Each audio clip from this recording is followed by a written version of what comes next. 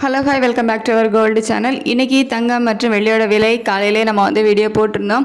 தங்கத்தில் வந்து 5 ரூபாய் அதிகரித்து 9110 ரூபாய்க்கு 1 கிராம் தங்கம் விற்பனை ஆகிட்டு வருது. அதே மாதிரி வெள்ளியில் 1 ரூபாய் அதிகரித்து 125 ரூபாய்க்கு 1 கிராம் வெள்ளி விற்பனை ஆகிட்டு வருது.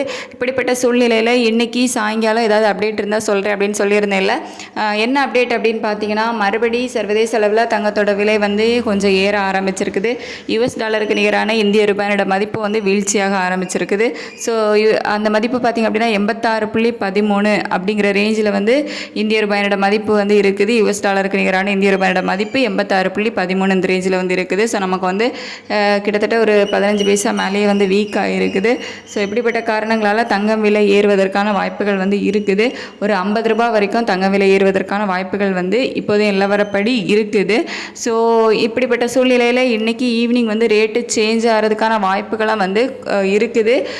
ஒருவேளை இன்னுமே வந்து நமக்கு ஒரு மணி நேரத்துக்கு மேலே டைம் இருக்குது. ஸோ அப்படிப்பட்ட சூழ்நிலையில் இன்னும் நமக்கு இந்த ரேட்டு அதிகமாகிட்டே இருந்துச்சு அப்படின்னா கண்டிப்பாக ரேட் வந்து இன்றைக்கி மாறுவதற்கான வாய்ப்புகள் வந்து அதிகமாகவே இருக்குது.